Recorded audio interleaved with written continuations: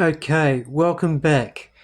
Now, we're going to learn yesterday, and this is only the left-hand chords. Excuse me, I've run out of time. I've got to do something tomorrow and the next day, and I'll be back, but this is going to be great homework for you. Now,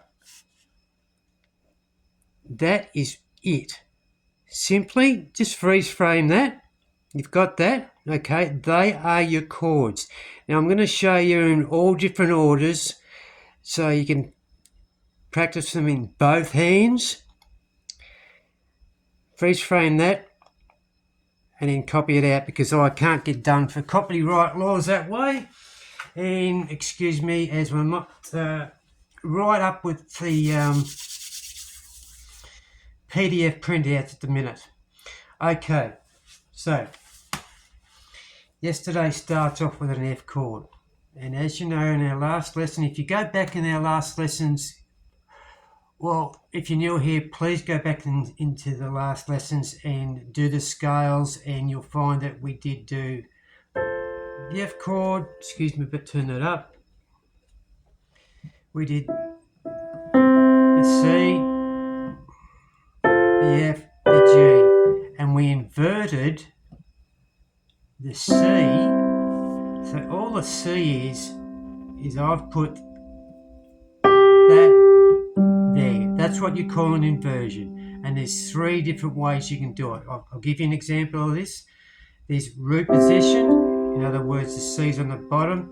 So let's use these two here and use that C. So that's a C as well. And once again, the third one was the first one we done there. Okay, 1, 2, 3. Three ways to do a single 3-letter chord. And just why matter? A chord can be two. Any more than one note is a chord, really, in my eyes. All right, so what I'd like you to do, I'll put that into the road,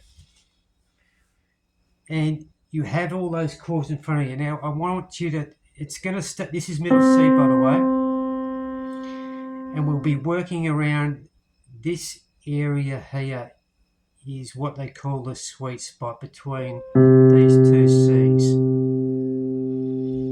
When you start getting up here, it's a bit high. Get down there, it's really low. It's great for playing out. I know you couldn't see that because you're probably I was off the camera. Though what will happen is, well, that's going to be our bass for our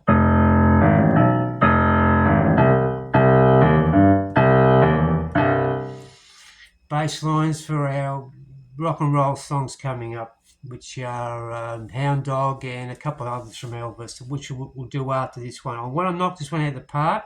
So, okay, so we've got the F chord first. Excuse me, I've got to look at it because I've got to remember it. F. Let's get my fingers out of the way. E minor. A7 is that is an A chord, by the way. 7 is just that put on top of it. And if you sort of really work it out, it's just 1, 2, 3, 4, 5, 6. Oh, excuse me. 1, 2, 3, 4, 5, 6, 7. Well, that's how I figured it out anyway. There's no great science to any of this. Just get the thing played. And if you cannot reach that far, if you've got really tiny hands, just play the C. Or even an A minor will do in this case. So, just a little recap. F is our first chord. Excuse me. E minor is our second chord. A7 is our third, or A minor if you like, or A if you like. Next one up is, excuse me, I can get my fingers out the road, broke my hand a few times, different story. D minor, D. minor. Back to C. New chord is a B flat, which you have seen. There it is there. Alright. There, B flat, which is. That is a B flat. Now, in this song and many other songs, this is going to take a while to get through this, but it's worthwhile doing it now because I'm going to save a hell of a lot of time later on. So if we stack these in a different order, if I put that there and put that up there, what do you got? Same chord, see? D flat, like that. It's inverted from there. So I want you to get used to doing that as well. Alright, let's move on to C7. C and the sharp. I don't have to yell out these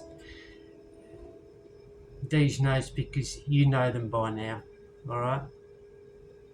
Now this is as sharp as it's going up, or it's a flat as it's coming down. Either, 2 bob one, half dozen the other. Next one, we go back to a B flat.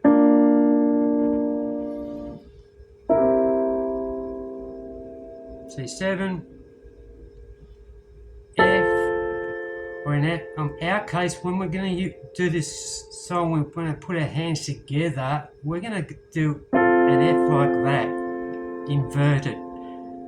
And that is a G inverted. That is an A minor inverted. All the same thing. The only difference is, all I've done is put, like I said, that's a C chord. Put that note up there. Where were we? Excuse me, I've lost my way now. Doesn't matter, you've got the chart in front of you. And I'll show you again at the end. F chord, D or G, and then we're up to G. Excuse me, G. Things out the road, Scott. G. So you can go from G straight to B flat. See that? Which happens in the song. Back to F. Don't worry about what fingers I'm using. Back to E minor.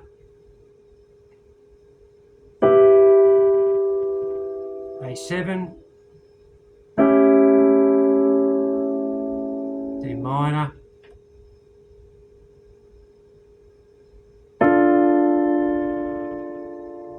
C. B flat. C7. F, or, oh, excuse me, hands cramping it, F like that, D, see how quick I got to that, D, F. See, if I had gone there, I would have had to go whoop to there. So we're at the D, then to the C,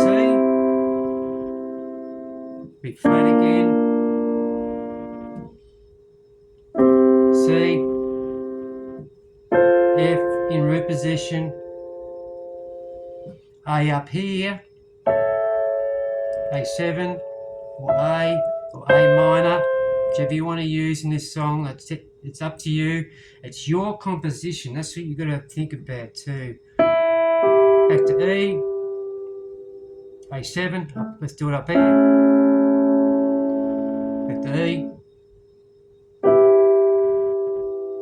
A7, D, B flat, C7, F, root position, A7 again, E minor, F7, D minor,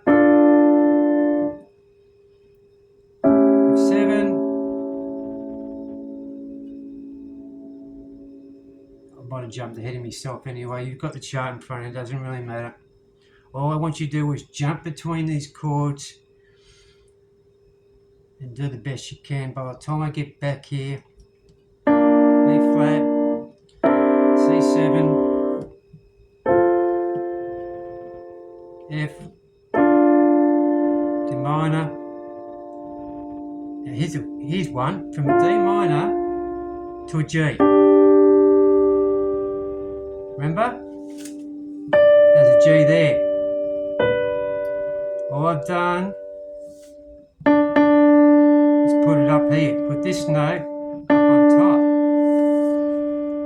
So that's a good example of what we're going to be doing to escape jumping around from root position.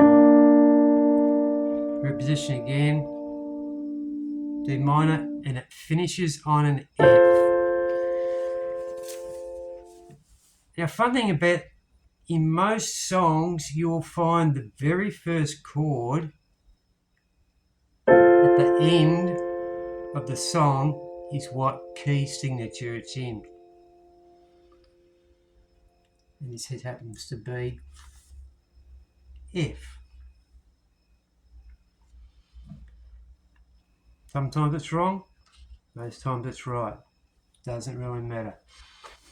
So in the meantime, I want you to practice all those and do your inversions. Remember, that's a G, that's an F, that's a G, that's an F, that's a B flat, that's a B flat. They're the two inversions we're going to use.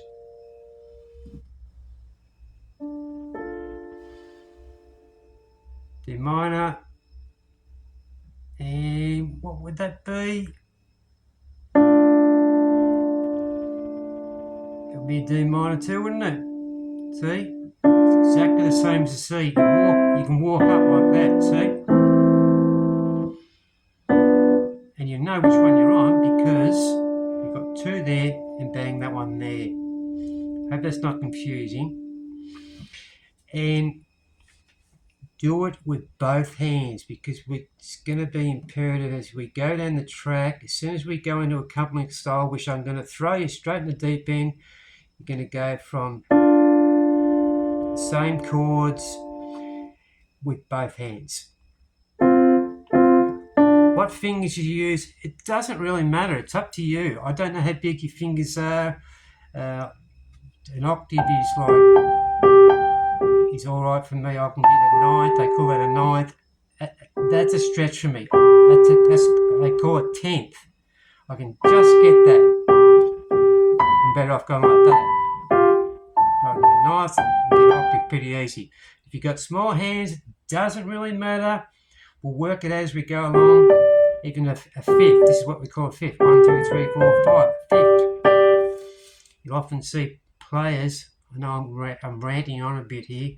You'll see players when they're playing bass lines, just say they're playing a C, they'll throw in that note there as well. Instead of playing octaves, they'll throw that fifth in as well. Gives it a bit more meat, but that's down here. Alright, that's about it for now. Don't forget to subscribe and hit that notification bell. I'll see you guys when I get back from my couple of days, and I'm going to do the melody and I'm going to whack it all together, and hopefully you get all those underhand, those chords in both hands, do the inversions as I showed you. And that's about it. Thanks for your time. Looking forward to knocking this song off this week. You're going to be playing Yesterday by the Beatles, one of the most recorded songs in history by other people. It's a great song. You'll love it. See you, gang. Bye.